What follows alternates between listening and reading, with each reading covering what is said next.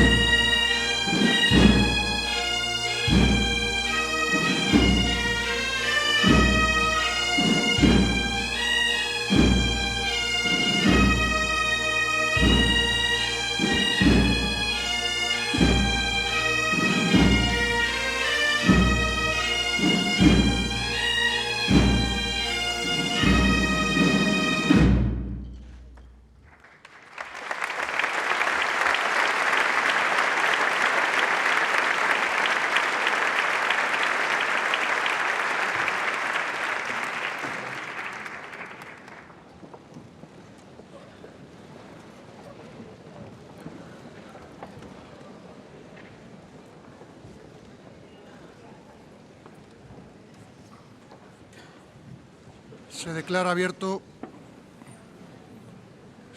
abierto el acto de entrega de los Premios Princesa de Asturias 2025.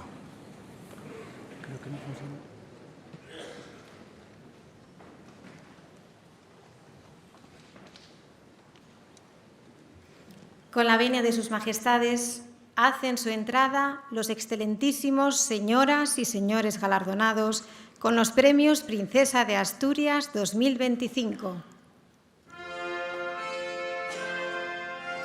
Premio Princesa de Asturias de la Concordia.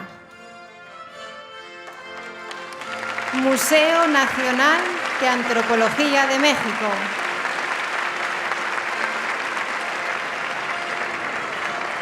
Representado por su director, Antonio Saborit García Peña, y la presidenta de su patronato, Madeleine Bremon Santa Cruz. Premio Princesa de Asturias de Comunicación y Humanidades, Pyeongchol Han, de Alemania y Corea del Sur. Premio Princesa de Asturias de las Letras.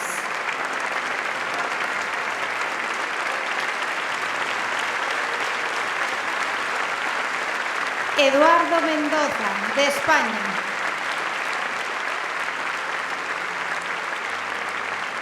Premio Princesa de Asturias de las Artes.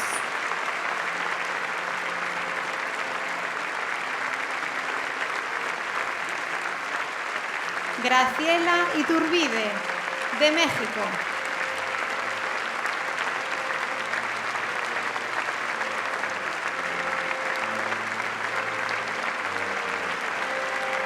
Premio Princesa de Asturias de los Deportes. Serena Williams, de Estados Unidos.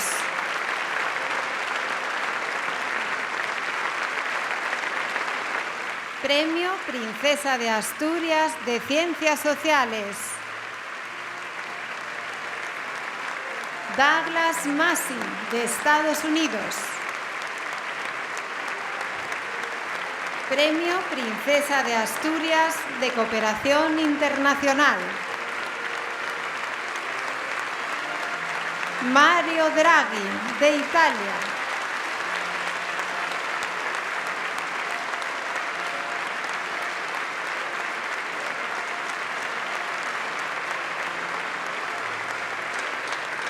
Premio Princesa de Asturias de Investigación Científica y Técnica, Mary Claire King, de Estados Unidos. La doctora King, que ha viajado a Asturias para recibir el premio con mucha ilusión, no podrá acompañarnos en esta ceremonia como hubiera querido. Le deseamos una pronta recuperación.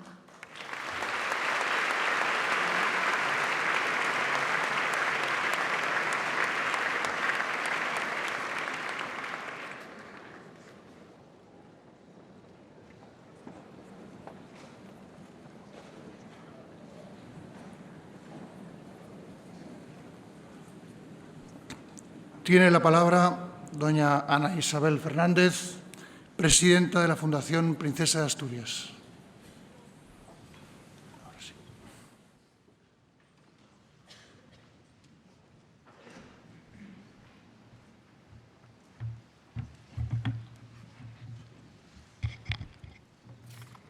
Majestades, altezas, autoridades, queridos premiados, señoras y señores. Agradezco a los reyes, a la princesa y a la infanta y a la reina doña Sofía su presencia hoy en Oviedo y su compromiso con los premios y con la Fundación. Y también me gustaría reconocer el apoyo de nuestros patronos y protectores, cuya generosidad hace posible año tras año que cumplamos nuestros objetivos, y también la labor de los jurados, más de 120 especialistas en distintos campos a los que vamos incorporando nuevos perfiles. Agradezco su labor, siempre difícil, para identificar la excelencia en el conocimiento, la investigación y los movimientos culturales y sociales. En la Fundación seguimos trabajando con el deseo de fortalecer nuestra tarea, de poner de relieve las vidas y trayectorias de personalidades e instituciones que encarnan los valores con los que estamos firmemente comprometidos. Por eso, nuestras iniciativas están dedicadas a extender a toda la sociedad su ejemplo, a conseguir que arraigue entre nosotros y que siga ayudándonos cada día en nuestra convivencia y desarrollo. Desde hace más de 4 décadas, la Fundación profundiza con cada edición en esta visión del futuro, en el bienestar común, el progreso, siempre con agradecimiento. Llevamos a cabo nuestros proyectos para sentirnos más cerca de esos valores. Como afirmó la princesa de Asturias el año pasado en este mismo lugar, me gusta pensar que las personas extraordinarias que hoy os sentáis en este escenario del Teatro Campo Amor ofrecéis con vuestra obra que hoy premiamos la emoción contraria al escepticismo o al desánimo, la emoción de la esperanza. Esa es la esperanza que nos contagian nuestros galardonados, mujeres y hombres que conjugan en su vida el esfuerzo, la dedicación, la excelencia.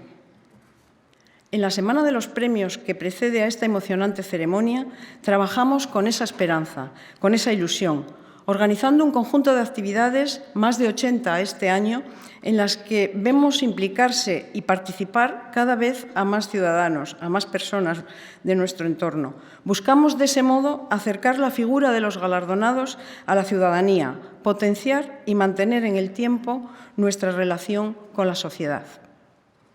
Igualmente, el programa educativo Toma la Palabra ha contado, desde su puesta en marcha en 2015, con la participación de cerca de 56.000 estudiantes de centros educativos del Principado.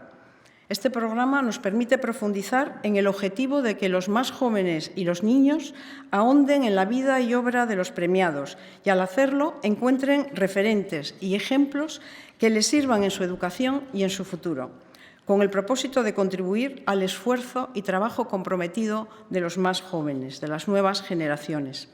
De la misma forma, nos identificamos y nos sentimos orgullosos del ejemplo y de la responsabilidad y hondo sentido del deber que muestran la princesa de Asturias y la infanta Sofía desde sus distintas responsabilidades en sus nuevas etapas formativas.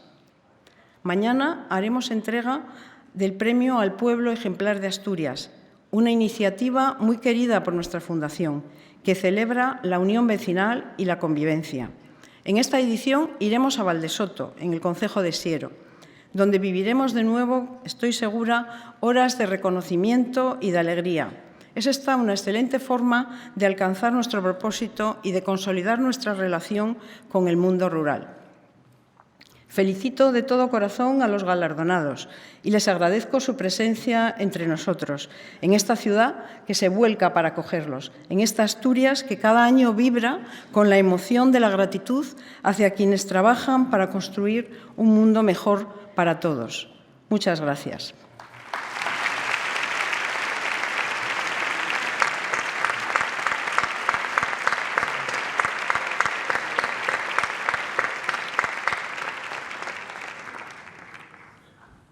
Tiene ahora la palabra el señor Eduardo Mendoza, Premio Princesa de Asturias de las Letras.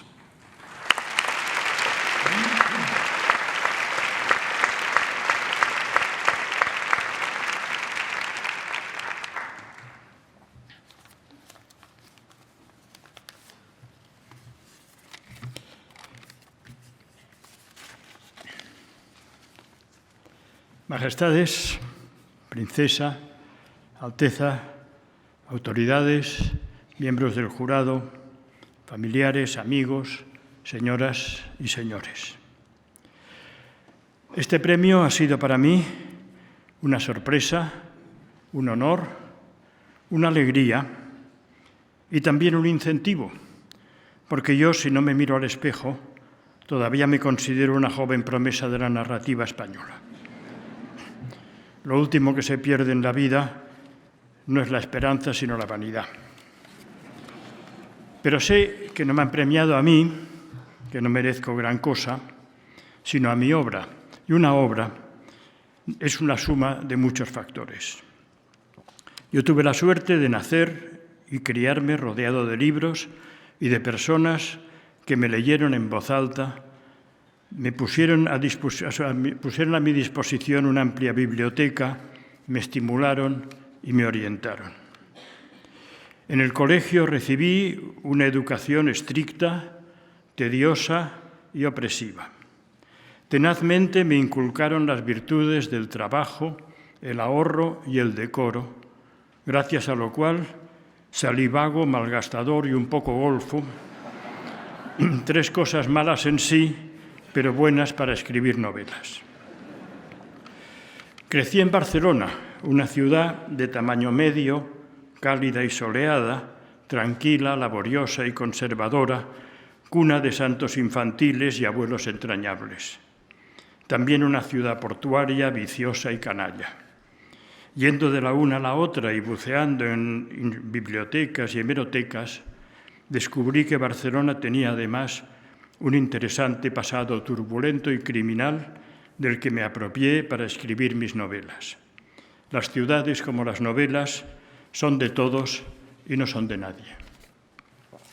El resto lo debo a los amigos, a los maestros, a las personas que me han querido y me quieren, algunas aquí presentes, mi mujer, mis hijos, a mi familia, a mis editores, a mis agentes, a tantos y tantas personas que para nombrarlas no necesitaría 3 o 4 minutos, sino 3 o 4 horas. Lo demás es mérito mío, que ya está bien de modestia. Alguien me ha llamado proveedor de felicidad. Es el mejor elogio que he recibido en mi vida y me gustaría que fuera cierto, aunque sea en una dosis homeopática. Pero si alguna felicidad he dado a mis lectores, ellos me la han devuelto con creces, con su lealtad, su complicidad y su cariño. No soy optimista ni pesimista porque no sirvo para prever el futuro, pero no me gusta el mundo tal como lo veo hoy en día. Quizá porque he tenido la suerte de vivir una larga etapa excepcional de relativa paz, estabilidad y bienestar. A mi edad, uno preferiría disfrutar de lo que hay y no andar quejándose de lo que falta, pero me temo que no podrá ser. Por lo demás, los años me han hecho valorar sobre todas las cosas el respeto. Y si algo me han enseñado es que todo es relativo, o quizá no. Y se me acaba con esto el tiempo. Hace ahora un año justo, en este mismo lugar, mi amigo Joan Manuel Serrat acabó su intervención cantando una hermosa canción. Como seguramente ustedes preferirán que yo no lo haga, solo me queda expresar una vez más, sinceramente conmovido, mi gratitud.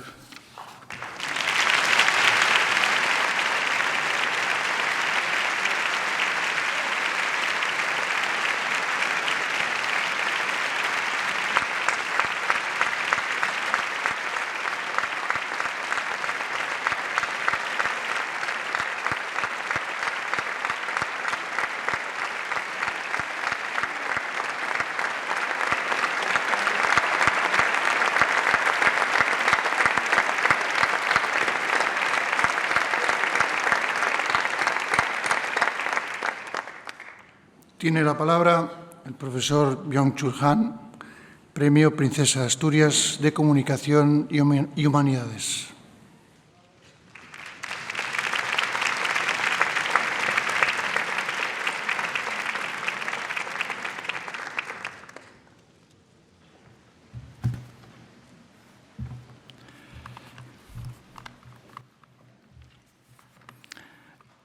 Majestät, Königliche Hoheit, Majestades, Altezas Reales, meine sehr verehrten dignísimas Damen und Herren. autoridades, distinguidos Es premiados für mich eine señoras große y señores. Ehre Es und para mí un gran honor Eine große Freude, dass y a la ich par in dieser una inmensa alegría traditionsreichen Stadt Oviedo recibir diese hohe tan alta Auszeichnung distinción en erhalten esta habe. histórica ciudad In de dem berühmten Oviedo. Dialog von Platon, En Apologie, la Apología, in el dem famoso Sokrates diálogo de Platón, angesichts seines cuando Todesurteils Sócrates expone sich selbst su propia verteidigt, defensa después de haber sido condenado a muerte, von der Bestimmung des Philosophen. explica cuál es la misión del filósofo. Die Rolle des Philosophen besteht darin, La función del Athener filósofo aufzurütteln, consistiría en agitar a zu los kritisieren, atenienses y zu despertarlos, irritieren, en zu ermahnen, criticarlos, sowie eine irritarlos y recriminarlos, ein edles, igual aber que un träges Pferd, tábano das pica er mit y excita Athen a un noble vergleicht, caballo aufreizt, cuya sticht propia und dadurch corpulencia vuelve angesprochen. pasivo y así lo espolea Ich y bin lo ein estimula. Philosoph. Als Philosoph habe ich diese Yo soy filósofo. sokratische Bestimmung Como der tal, Philosophie He verinnerlicht. interiorizado esta Auch meine definición socrática de la gesellschaftskritischen filosofía. haben viel También mis Irritation textos de gestiftet, crítica social han Menschen causado verunsichert irritación, und gleichzeitig sembrado aufgeregt. nerviosismo e inseguridad, pero al mismo tiempo Bereits mit meinem han Essay desadormecido a Müdigkeit muchas personas. versuche ich, Ya con mi der ensayo Bestimmung La des Philosophen sociedad gerecht del zu werden, cansancio, nämlich traté de cumplir die esta función del Gesellschaft filósofo, zu ermahnen amonestando und a la wachzurütteln. sociedad y Irritieren war agitando bereits die su These, conciencia para que dass die despierte. grenzenlose La individuelle tesis Freiheit, que yo exponía die es der efectivamente Neoliberalismus uns irritante. suggeriert, La ilimitada eine libertad individual que nos Illusion propone el neoliberalismo Wir denken no es heute, más wir que sind una freier denn je. ilusión. In Wirklichkeit Aunque leben hoy wir in creamos einem ser más neoliberalen libres que nunca, Herrschaftsregime, la realidad es que das vivimos gerade en un die régimen Freiheit despótico ausbeutet. neoliberal que Wir leben nicht mehr in explota einer Disziplinargesellschaft, la die libertad. vom Verbot Ya und no Befehl vivimos en una beherrscht ist, sociedad sondern disciplinaria donde in einer todo se regula mientras mediante prohibiciones y angeblich mandatos, frei ist, die vom sino Können en una bestimmt sociedad ist. del rendimiento, Aber dieses que supuestamente es grenzenlose libre Können y erzeugt donde lo que cuenta nur am presuntamente Anfang son ein las Gefühl der capacidades. Freiheit, Sin embargo, bald erzeugt la mehr sensación de Zwänge, libertad innere que generan Zwänge estas als capacidades ilimitadas Illusionen. es solo provisional Man wähnt y sich pronto zwar se in convierte en Freiheit, una opresión que de aber hecho es más in coercitiva que el Wirklichkeit imperativo del beutet deber. man sich Uno se leidenschaftlich imagina que es und libre, freiwillig pero en aus, realidad bis man lo que hace zusammenbricht. es explotarse a sí Dieser mismo Zusammenbruch voluntariamente y con heißt entusiasmo hasta Burnout. colapsar. Y este colapso se llama Wir gleichen jenem burnout. Knecht, der dem Herrn Somos die Peitsche como aquel entreißt esclavo und que sich le arrebata selbst el látigo a peitscht, su amo y frei se zu azota sein. a sí mismo, Das ist creyendo que die así Illusion se der libera. Freiheit. Eso es un espejismo Die de libertad. Selbstausbeutung ist viel effizienter La als die autoexplotación Fremdausbeutung, es mucho weil más sie eficaz mit dem que Gefühl ser der explotado Freiheit por otros porque suscita einhergeht. esa engañosa Ich habe sensación auch de vielfach libertad. También he señalado en varias ocasiones los riesgos de la digitalización. No es que esté en contra de los smartphones ni de la digitalización. Tampoco soy un pesimista cultural. El teléfono inteligente puede ser una herramienta utilísima. No habría problema si lo usáramos como instrumento. Lo que ocurre es que en realidad nos hemos convertido en instrumentos de los smartphones. Es el teléfono inteligente el que nos utiliza a nosotros y no al revés. No es el smartphone nuestro producto, sino que nosotros somos productos suyos. Muchas veces sucede que el ser humano acaba convertido en esclavo de su propia creación. Las redes sociales también podrían haber sido un medio para el amor y la amistad, pero lo que predomina en ellas es el odio, los bulos y la agresividad. No nos socializan, sino que nos aíslan, nos vuelven agresivos y nos roban la empatía. Tampoco estoy en contra de la inteligencia artificial. Puede ser muy útil si se emplea para fines buenos y humanos. Pero también con la inteligencia artificial existe el enorme riesgo de que el ser humano acabe convertido en esclavo de su propia creación. La inteligencia artificial puede ser empleada para manejar, controlar y manipular a las personas. Por eso, la tarea acuciante de la política sería controlar y regular el desarrollo tecnológico de manera soberana, en lugar de simplemente seguirle el paso. La tecnología sin control político, la técnica sin ética, puede adoptar una forma monstruosa y esclavizar a las personas. Últimamente he reflexionado mucho sobre la creciente pérdida de respeto en nuestra sociedad. Hoy en día, en cuanto alguien tiene una opinión diferente a la nuestra, lo declaramos enemigo. Ya no es posible un discurso sobre el que se base la democracia. Alexis de Tocqueville, autor de un famoso libro sobre la democracia estadounidense, ya sabía que la democracia necesita más que meros procedimientos formales. Necesita más que meros procedimientos formales, como lo son las elecciones y las instituciones. La democracia se fundamenta en lo que en francés se llama mœurs, es decir, la moral y las virtudes de los ciudadanos, como son el civismo, la responsabilidad, la confianza, la amistad y el respeto. Sobre todo, el respeto, porque no hay lazo social más fuerte que el respeto. Y sin mœurs, la democracia se vacía de contenido y se reduce a un mero aparato. Incluso las elecciones degeneran en un ritual vacío. Cuando faltan estas virtudes, la política se reduce entonces a luchas por el poder.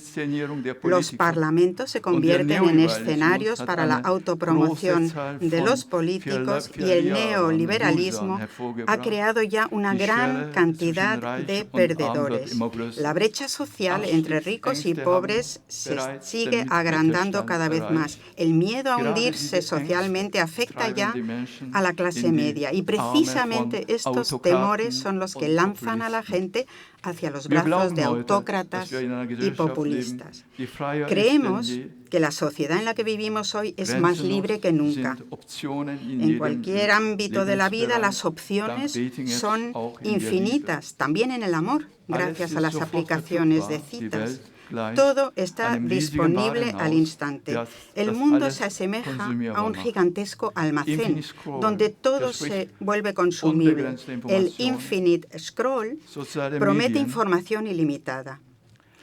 Las redes sociales facilitan una comunicación sin límites. Gracias a la digitalización estamos interconectados. Pero nos hemos quedado sin relaciones ni vínculos genuinos. Lo social se está erosionando. Perdemos toda empatía toda atención hacia el prójimo. Los arrebatos de autenticidad y creatividad nos hacen creer que gozamos de una libertad individual cada vez mayor. Sin embargo, al mismo tiempo sentimos difusamente que en realidad no somos libres, sino que más bien nos arrastramos de una adicción a otra, de una dependencia a otra. Nos invade una sensación de vacío. El legado del liberalismo ha sido el vacío. Ya no tenemos valores ni ideales con que llenar ese vacío.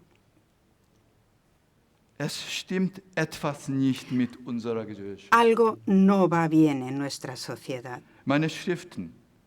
Mis escritos son una denuncia, en ocasiones muy enérgica, contra la sociedad actual. No son pocas las personas a las que mi crítica cultural ha irritado, como aquel tábano socrático que picaba y estimulaba al caballo pasivo. Pero es que, si no hay irritaciones, lo único que sucede es que siempre se repite lo mismo, y eso imposibilita el futuro. Es cierto, he irritado a la gente, pero afortunadamente no me han condenado a muerte, sino que hoy soy honrado con la concesión de este bellísimo premio. Se lo agradezco de todo corazón. Muchísimas gracias.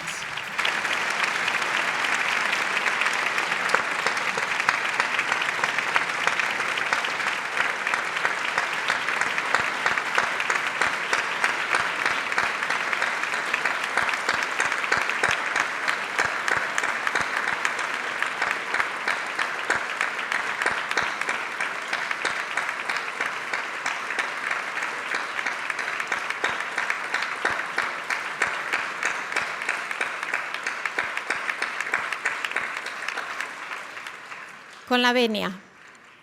Majestades, Altezas, autoridades, señoras y señores, en los pasados meses de mayo y junio se reunieron en Oviedo los jurados encargados de conceder los premios Princesa de Asturias 2025.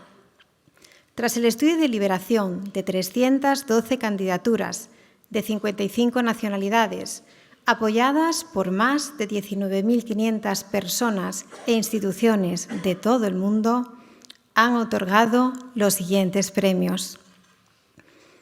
Premio Princesa de Asturias de la Concordia, concebido como espacio de reflexión sobre el legado indígena de México que expresa las señas de identidad de una gran nación, y heredero de una larga tradición en defensa y preservación de una parte esencial del patrimonio antropológico de la humanidad.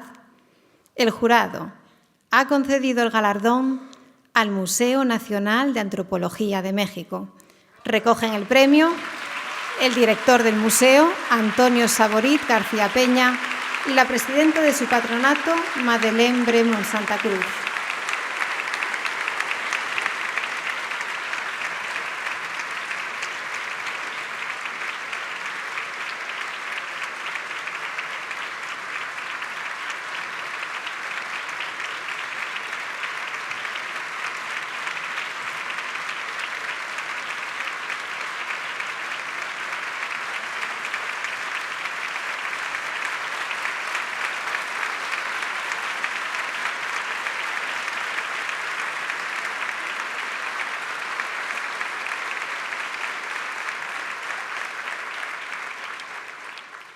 Premio Princesa de Asturias de Comunicación y Humanidades, por su brillantez para interpretar los retos de la sociedad tecnológica, porque su análisis resulta sumamente fértil y proporciona explicaciones sobre cuestiones como la deshumanización, la digitalización y el aislamiento de las personas, y porque su mirada intercultural arroja luz sobre fenómenos complejos del mundo contemporáneo.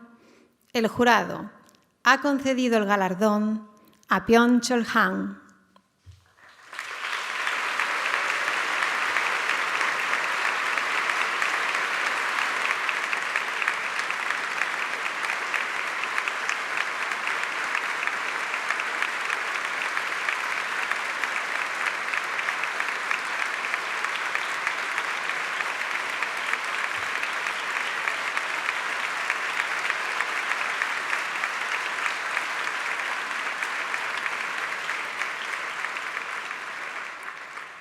Premio Princesa de Asturias de las Letras, por su decisiva aportación a la literatura en español del último medio siglo, con novelas que combinan la voluntad de innovación con la capacidad de llegar a un público muy amplio y que gozan de gran reconocimiento internacional, y porque su prosa clara engloba el lenguaje popular y los cultismos más inesperados con sentido del humor y una visión desenfadada y humanista de la existencia, el jurado ha concedido el galardón a Eduardo Mendoza.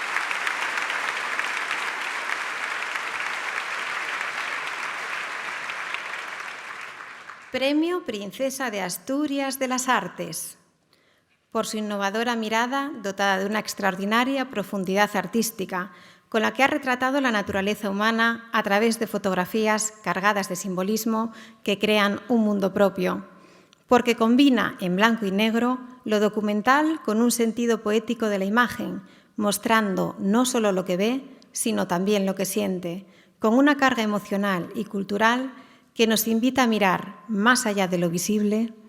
El jurado ha concedido el galardón a Graciela Iturbide.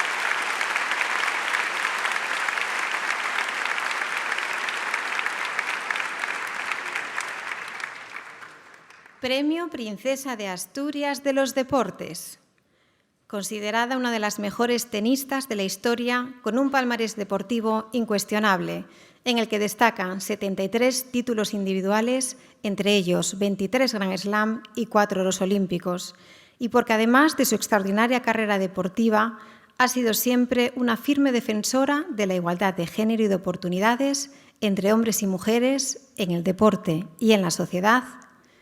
El jurado ha concedido el galardón a Serena Williams.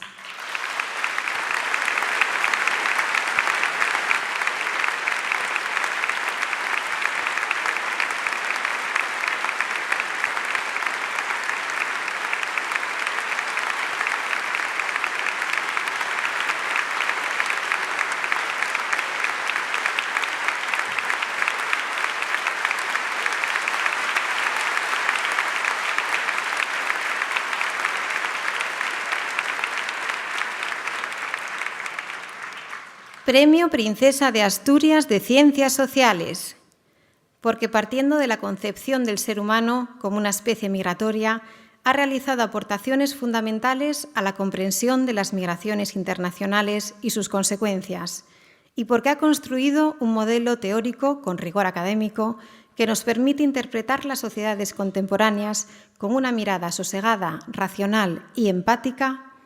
El jurado ha concedido el galardón a Douglas Massey.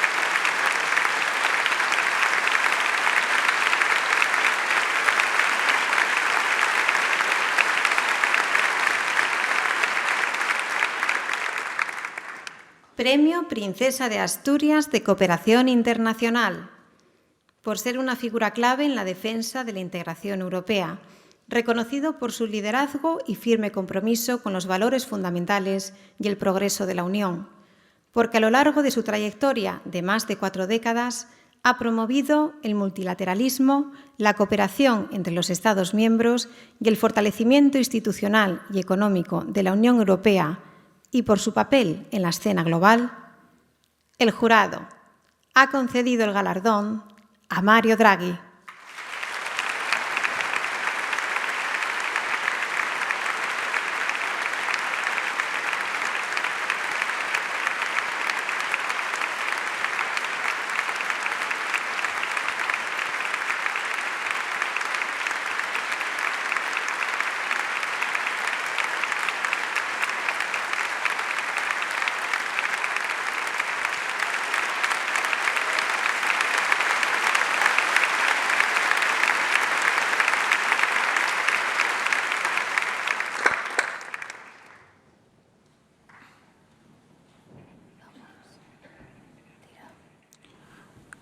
Tiene la palabra la señora Graciela Iturbide, Premio Princesa de Asturias de las Artes.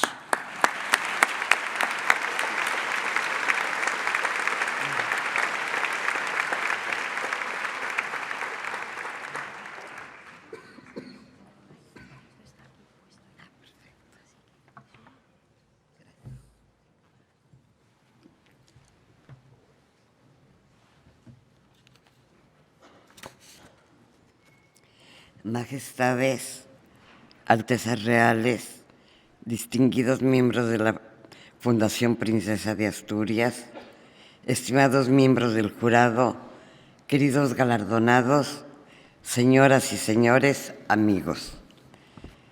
He pasado más de medio siglo de mi vida mirando el mundo por una ventanilla que apenas mide unos escasos centímetros cuadrados. ¿No resulta paradójico otorgarse el prestigioso Premio Princesa de Asturias de las Artes por una hazaña tan circunstancial?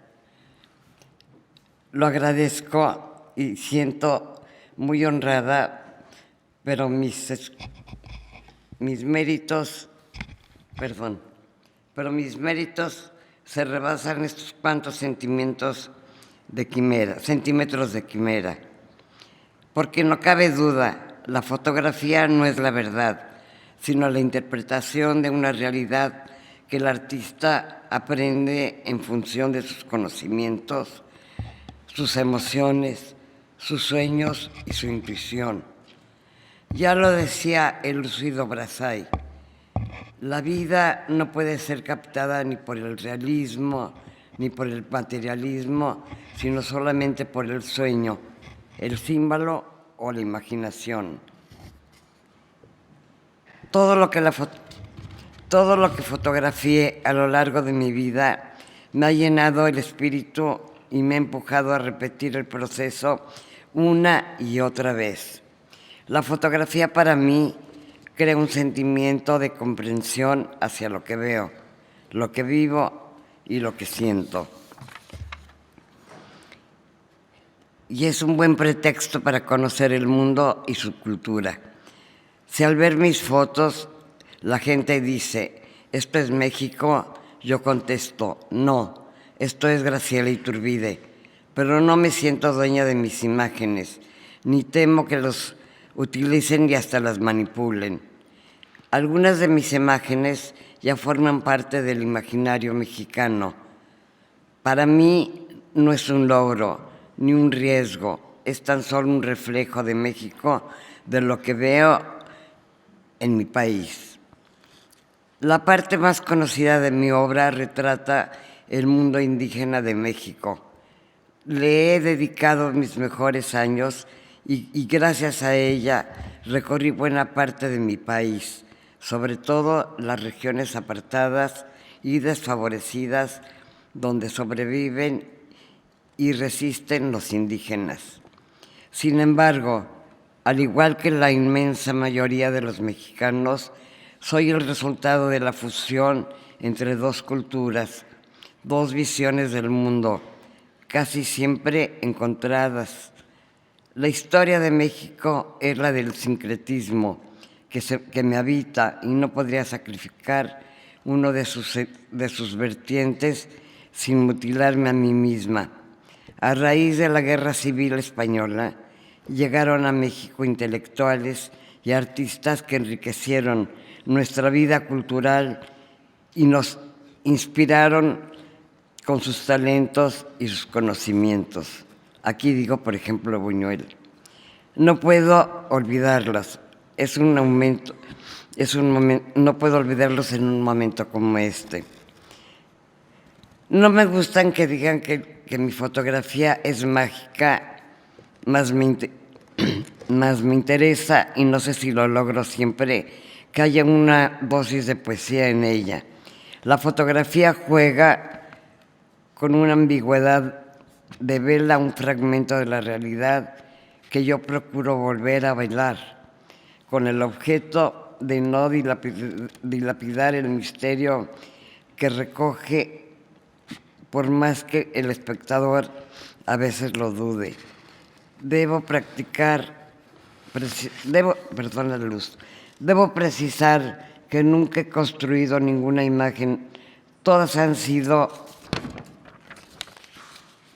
el trato del azar o el resultado de un encuentro. A nuestro Manuel Álvarez Bravo, a mi maestro Manuel Álvarez Bravo le debo el consejo más decisivo para volverse un buen fotógrafo. No hay que apresurarse, decía él. Hay tiempo, hay tiempo. La fotografía es el arte que lidia principalmente con el tiempo, que lo desafía, lo fija y a veces también lo mata. Para terminar, quisiera dejar claro que más allá del sincretismo que me constituye, ante todo me considero una ciudadana del mundo, por fortuna. El arte fotográfico no conoce fronteras, no tiene pasaporte ni necesita visas. Por más que algunos hombres poderosos pretendan limitar el libre tránsito entre los países y coartar la libertad de pensar y de crear. Muchas gracias.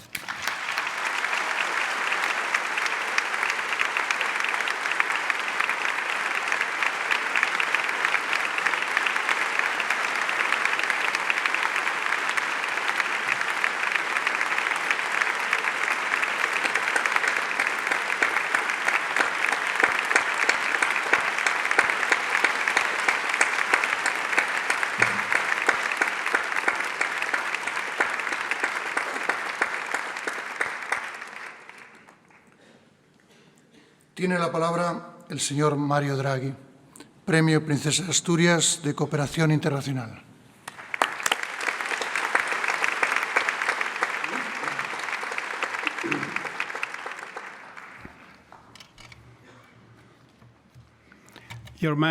Majestades, Altezas Reales, excelentísimas autoridades, distinguidos premiados, señoras y señores. Es un inmenso honor recibir este premio.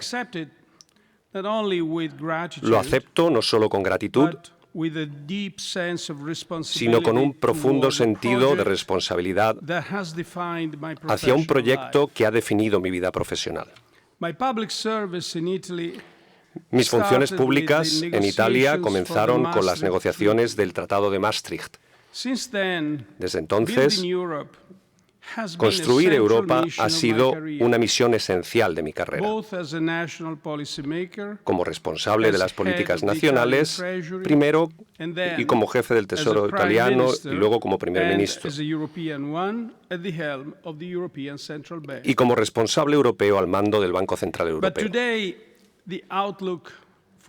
Pero hoy, las perspectivas para Europa son las más difíciles que puedo recordar.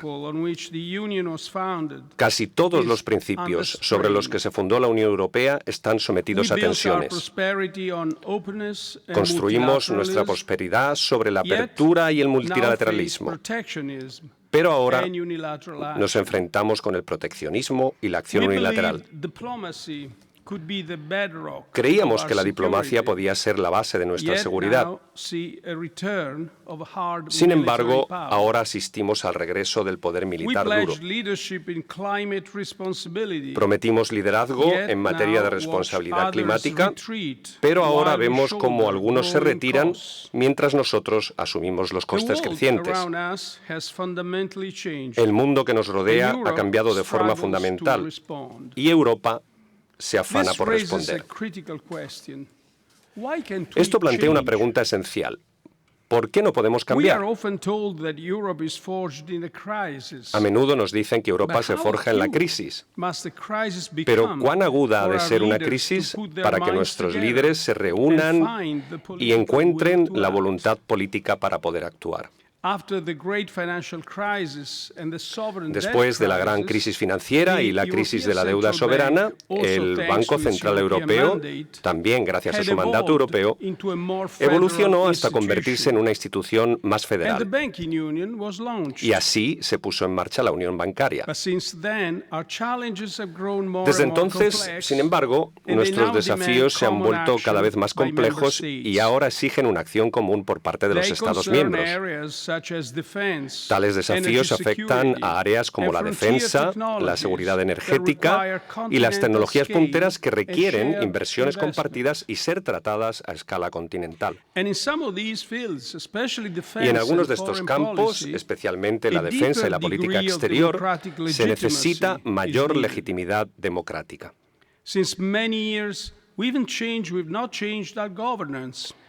No se ha cambiado nuestra gobernanza en muchos años. Hoy somos una confederación europea que simplemente no puede hacer frente a semejantes exigencias. Deja las responsabilidades en manos nacionales que ya no pueden ejercerse a tal nivel de manera efectiva. Y incluso aunque quisiéramos transferir más poderes a Europa, ese modelo no nos ofrece la legitimidad democrática para poder hacerlo.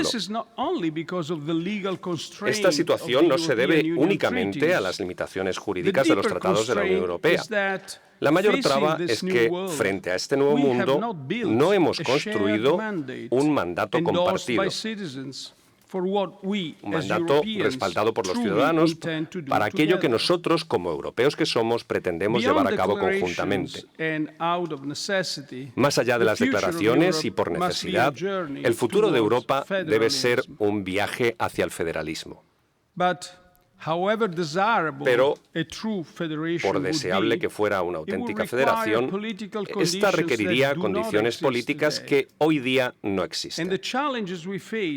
Y los desafíos a los que nos enfrentamos son demasiado urgentes como para esperar a que surjan. Por lo tanto, un nuevo federalismo pragmático es el único camino viable. Se trata de un federalismo basado en cuestiones concretas, flexible y capaz de actuar al margen de los mecanismos más lentos de toma de decisiones de la Unión Europea. Se construiría mediante coaliciones de personas dispuestas a ello en torno a intereses estratégicos compartidos, reconociendo que las fortalezas diversas que existen en Europa no requieren que todos los países avancen al mismo ritmo. Imaginemos que los países con sectores tecnológicos fuertes acuerden un régimen común que permita a sus empresas poder crecer rápidamente. Que las naciones con industrias de defensa avanzadas unan esfuerzos de I+D y financien adquisiciones conjuntas. Que los líderes industriales inviertan conjuntamente en sectores críticos como los semiconductores o en infraestructuras de red que reducen los costes energéticos. Este federalismo pragmático permitiría a aquellos con mayores ambiciones actuar con la velocidad, la escala y la intensidad de otras potencias globales. Y lo que es de igual importancia, podría ayudar a renovar el impulso democrático de la propia Europa. Dado que optar por participar requeriría que los gobiernos nacionales asegurasen el apoyo democrático para objetivos compartidos específicos, se convertiría entonces en la construcción de un propósito común de abajo hacia arriba y no en una imposición de arriba hacia abajo. Todos aquellos que quisieran sumarse podrían hacerlo, mientras que quienes intentasen bloquear el progreso ya no podrían frenar a los demás. En resumen, esta fórmula ofrece una visión de Europa llena de confianza en la que los ciudadanos puedan creer. Una Europa donde los jóvenes vean su futuro. Una Europa que se niegue a ser pisoteada. Una Europa que actúe no por miedo al declive, sino por orgullo de lo que aún puede lograr. Nosotros tenemos que ofrecer esta visión si Europa quiere renovarse. Y estoy seguro de que podemos hacerlo. Gracias.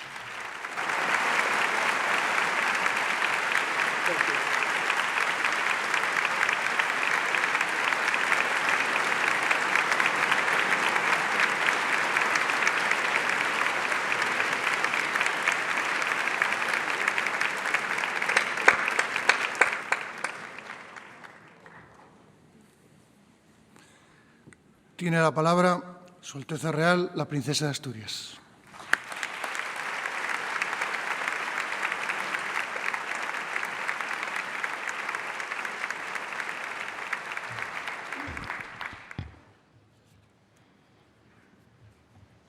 Majestades, autoridades, patronos, señoras y señores, saludo en especial a los premiados de este año. Sed bienvenidos a esta ciudad, a este principado, que, ya lo habéis visto, os acoge con todo cariño. Permitidme que, en tiempos de inmediatez, de fugacidad, de virtualidades, de bits, escriba una carta a cada premiado. Os invito a que asistáis a este envío postal de viva voz, a esta comunicación que evoca al papel y al bolígrafo entre los premiados y yo. Y lo hago porque, aun siendo de la generación Z e hija de una de la X y de un boomer, tengo la sensación de que una carta permite pararse, profundizar y pensar más. Y como vivimos en la economía de la atención, a ver si soy capaz de retener hoy yo la vuestra. Allá voy. Querido profesor Draghi, en 2012, como presidente del Banco Central Europeo, dijo usted: haremos todo lo que sea necesario y créanme, será suficiente. Una frase que no solo calmó los mercados, sino que fue un acto de confianza en el proyecto europeo en uno de sus momentos más frágiles. Esas palabras encerraban un mensaje más profundo que el de la estabilidad financiera, la defensa de los valores europeos, de la solidaridad entre países y de la idea, no por repetida menos valiosa, de que juntos somos más fuertes. Y le cito una vez más, la Unión Europea es, ante todo, un mecanismo para alcanzar los objetivos compartidos por sus ciudadanos, casi 450 millones de personas. Es nuestra mejor oportunidad para un futuro de paz, seguridad e independencia. Los desafíos son hoy aún mayores, profesor, lo sabe usted bien. Querida Serena, nadie podría entender hoy el tenis sin ti. Lo transformaste en un deporte más rápido y explosivo, en una forma de vivir en la que tuviste que desafiar muchas convenciones. Impresiona la fuerza con la que siempre has jugado, tu técnica impecable, esos casi 30 años como profesional al máximo nivel. Nos has demostrado que la grandeza no está en ganar siempre, sino en la capacidad de levantarse, aprender y seguir adelante. Y ahora, como empresaria, sigues demostrando que tu espíritu competitivo también se refleja en la vida. Es bonito lo que dices de tu hermana. Sin Venus no habría habido Serena. Las hermanas cómplices son nuestras grandes aliadas y compañeras de viaje.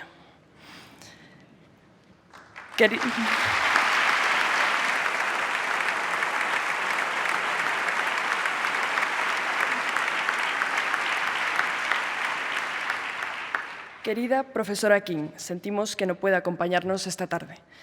Su trabajo ha logrado la identificación de una región cromosómica humana que alberga un gen cuyas mutaciones predisponen al cáncer de mama y de ovario.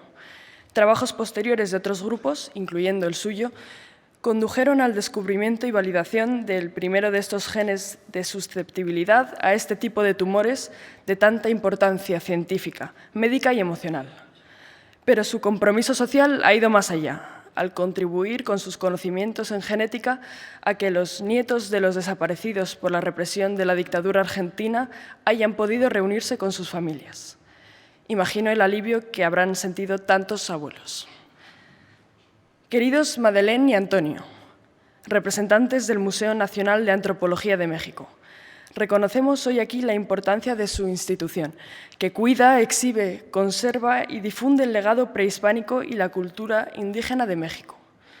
Acabáis de celebrar vuestro 60 aniversario, aunque vuestros orígenes se remonten a hace 200 años, y proyectáis con vigor la fuerza de un pueblo que se mira a sí mismo con orgullo y que muestra al mundo su generosidad para compartir vuestra gran historia en un ejercicio de concordia. Algún día espero tener la suerte de adentrarme en ese bosque de Chapultepec y admirar más de 3.000 años de historia y ver la Piedra del Sol y tantas muestras de vida olmeca, zapoteca, maya, mixteca. Hoy México está muy presente en este teatro Campo Amor.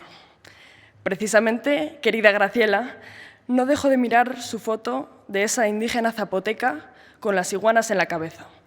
Y la imagino en aquel 1979, esperando con paciencia en el mercado de Juchitán a que aquella mujer y sus iguanas adoptaran la forma, la expresión que quería atrapar para siempre usted con su cámara. Acabo de decir esperar y paciencia, que por cierto no abundan en estos tiempos. Por eso es usted una fotógrafa sin prisa, con vocación de escritora, estudiosa de cine y gran lectora. Un artista que ha plasmado la fuerza de las mujeres, de la zapoteca de las iguanas o también de la mujer seri de Sonora, la mujer ángel, que enlaza presente y futuro en aquel desierto. Ojalá que los jóvenes de mi generación se detengan sin prisa a mirar sus fotografías. Querido profesor Masi, hoy reconocemos su análisis de una realidad tan vigente como son los movimientos migratorios humanos. La complejidad de este fenómeno nos desborda. Dice que la inmigración conlleva costes y beneficios y que el problema es que los costes se producen de forma desproporcionada en el presente y en el ámbito local, mientras que los beneficios se acumulan en el futuro y en el ámbito nacional.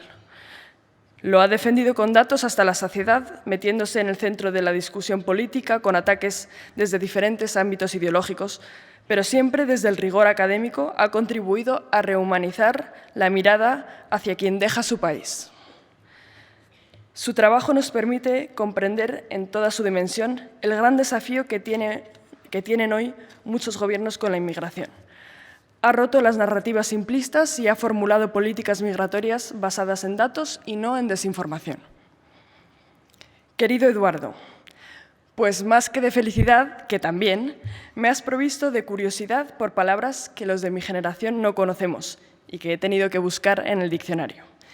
Sirvan de ejemplo: fámula, badulaque, enteco, masovero, chafarrinón. No me quiero imaginar cómo se estarán apañando los intérpretes. Tras 5 décadas escribiendo, has demostrado que hay debates como ese tan presente sobre la literatura popular y la culta, debates que tú desmontas con la lectura de La ciudad de los prodigios o de La verdad sobre el caso Savolta o cualquier de tus obras. Te llamas artesano de la palabra y lo dices con el humor fino y socarrón del barcelonés al que adorna un barniz cervantino, un poco británico, un poco neoyorquino y a partir de ahora también, espero, un poco asturiano. Tu obra es necesaria para saber más, para comprender más, para aparcar el scroll infinito, ya saben, lo de arrastrar el dedo sin fin por la pantalla del móvil, del que somos víctimas los jóvenes y no tan jóvenes, y en definitiva, permitir que la lectura profunda de tus libros nos lleve a hacer inferencias y deducciones, lo que nos conducirá al análisis y al discernimiento de la realidad, es decir, a una mejor comprensión de cuanto nos rodea. ¿Y no es eso ser más libres? Y querido profesor Han, Permítame que transgreda sus principios y me refiera a ese emoticono que tenemos en los móviles al que el muñeco le explota la cabeza. Y ahora le pregunto, si vivimos en un redil digital, si hemos vendido el alma a un dispositivo, si somos esclavos de la pantalla, si nos autoexplotamos para cumplir con las exigencias del rendimiento y la productividad y por la sobrecarga de estímulos descuidamos la reflexión, si lo trascendente se nos escapa, si lo que creemos que es libertad es solo control, ¿cómo recuperamos, sobre todo los jóvenes, la trascendencia para que la vida no sea, como usted dice, la mera satisfacción de necesidades y la exhibición narcisista en redes sociales de un optimismo que confundimos con la verdadera esperanza en medio del ruido de los datos y de la información, tan lejos, por tanto, del verdadero conocimiento? Entenderá, profesor, que nos quedemos como el emoji al que me refería al principio de esta carta. Busquemos la respuesta en su pensamiento.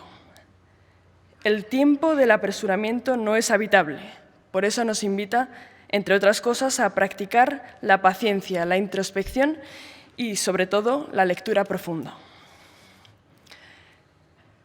Terminado mi homenaje analógico en forma de carta a nuestros premiados y siendo consciente de la complejidad que nos rodea y de cómo estas mujeres y hombres la han atravesado con sus obras y sus vidas, estaréis de acuerdo en que conviene equiparse con buenas herramientas para afrontar esa complejidad.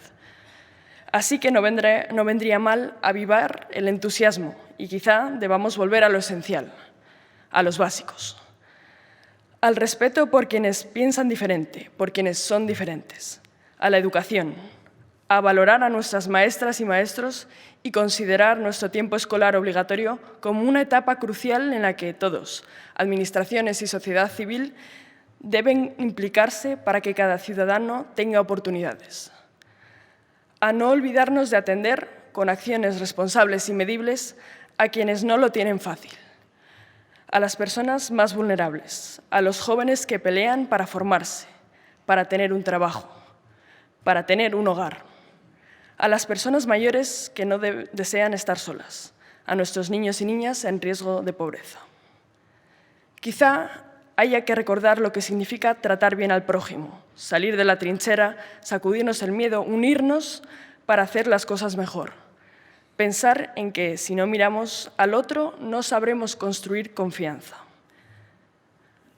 La convivencia no es fácil, pero es el único camino para lograr el progreso compartido.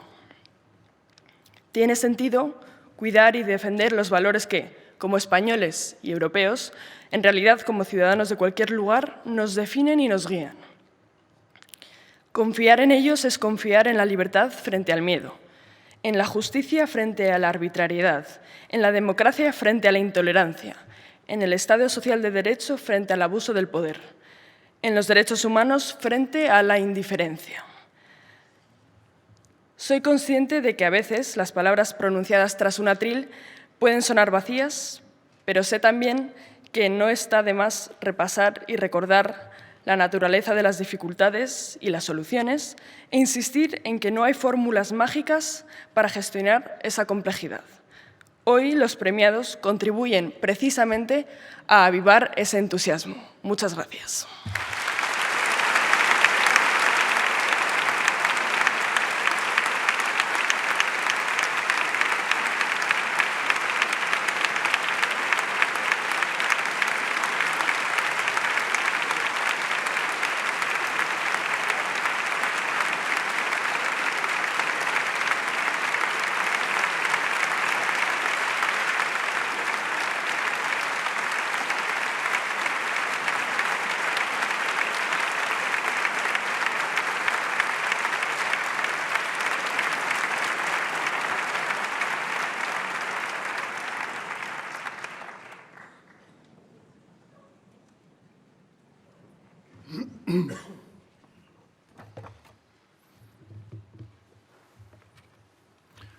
Majestades, Altezas,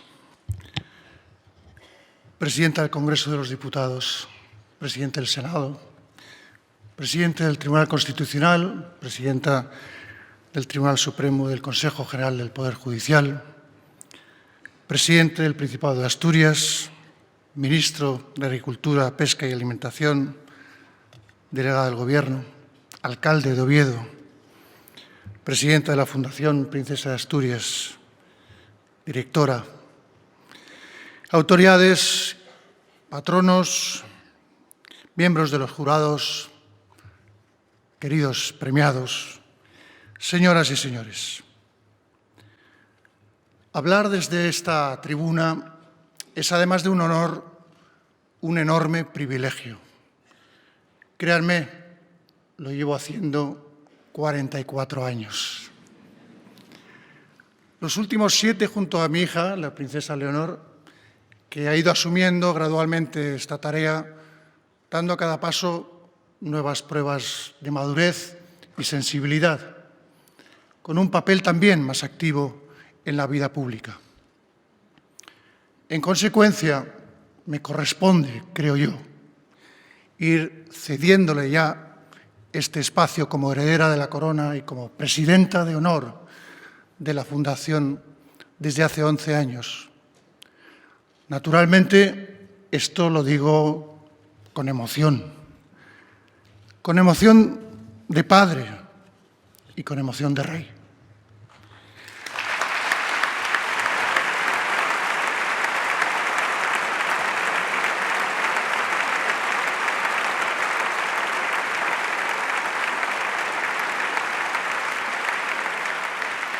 Y desde luego, con la intención firme de mantenerme vinculado a los premios, a la Fundación y a Asturias, una tierra querida de la que no puedo concebir, y menos la reina, estar lejos. Es tanto el afecto que recibimos, son tantos los recuerdos y vivencias que veo difícil corresponder justamente. Pero ya saben, en la propia Fundación, y lo sabe Leonor, que presente o no, estaré siempre comprometido con sus objetivos, sus valores y su futuro. Si hablar con los premiados es siempre un privilegio, hablar de ellos es algo necesario. Un deber cívico, porque les entregamos un símbolo con el que nos unimos para ensalzarles, para agradecerles su contribución a la humanidad y aprender de ellos. Y porque una sociedad madura debe saber identificar la excelencia y reconocer el mérito. No como un fin en sí mismo, sino por lo que tienen de ejemplo, de luz en el camino que cada uno debemos recorrer. Hay un camino en el pensamiento lúcido, complejo y de denuncia de Byung-Chul Han, en el análisis sociológico y demográfico de las migraciones de Douglas Massey, en los trabajos de la genetista Marie-Claire King, en la ironía elegante y el pulso narrativo de Eduardo Mendoza, en la garra y el espíritu competitivo de Serena Williams, en la verdad descarnada de los paisajes y retratos de Graciela Iturbide, en la dedicación de Mario Draghi al progreso y al consenso, especialmente europeo, y la excepcional labor divulgativa e investigadora del Museo Nacional de Antropología de México. Esos caminos que celebramos en esta ceremonia se nos revelan aún más, con más nitidez en los encuentros que han tenido durante toda esta semana con el público en Oviedo y en otros lugares de Asturias. En la curiosidad e interés de los jóvenes que acuden a esos actos, en sus preguntas, sus aplausos y sobre todo sus caras. Esa interacción directa durante la semana de los premios es sin duda un gran acierto de la Fundación. Es enseñanza y es aprendizaje, pero es ante todo conversación. Hay mucho de espíritu socrático en esos encuentros. Vivimos en un mundo que se debate demasiado a menudo entre dos extremos que son, por igual, inquietantes. Tenemos, por un lado, el cultivo de un individualismo radical, que si no se embrida de algún modo puede llevar tanto a la indiferencia como a la soledad. Parece paradójico que sociedades tan interconectadas como las actuales estén tan llenas de personas que están solas, se sienten solas o tienen problemas para comunicarse. Y existe, por otro lado, una pulsión globalizadora que todo lo homogeneiza, que oscurece las diferencias, las singularidades, que degrada la diversidad y lo hace en favor de comportamientos gregarios, sujetos muchas veces a los dictados sutiles pero persistentes de una red, de un algoritmo, de una pantalla. Sobre ese debate, en muchas ocasiones interesado, sobrevuelan los valores y la educación. Educar en valores no consiste en negar la realidad que nos toca vivir, ni tampoco en huir de cambios tecnológicos que son parte ya de nuestra vida y que, gestionados con sentido ético, pueden ser un aporte extraordinario para todos. Consiste en encontrar ese camino intermedio entre la comunidad y la persona, entre el respeto por lo colectivo y el valor del individuo.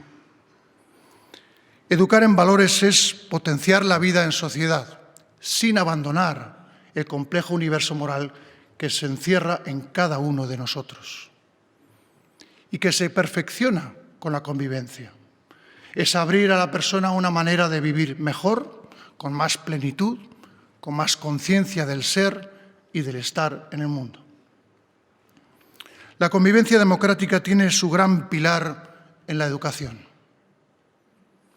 Mientras seamos capaces de inculcar en quienes vienen detrás de nosotros los principios y valores por los que hemos luchado, les estaremos dando las herramientas para construir su futuro. Esa dimensión didáctica está muy presente en los premios Princesa de Asturias, en este homenaje a un grupo de personas excepcionales, cuyo camino largo, fecundo y exitoso merece ser reconocido, no para seguirlo, ni para imitarlo, sino para aprender cómo se hace, cómo se traza y cómo se recorre un buen camino. Recibamos su ejemplo como una palabra de ánimo que nos alumbra en nuestra propia andadura, como la experiencia de los mejores que nos inspira también para ayudar en lo posible a la sociedad en la que vivimos. Hoy les felicitamos y honramos con gratitud su trabajo. Gracias a la Fundación Princesa de Asturias y a sus patronos por hacer todo esto posible. Y gracias de corazón a los asturianos por su afecto, su entusiasmo y calidez cada otoño y por hacer de estos premios una parte esencial de nuestra memoria colectiva. Muchas gracias.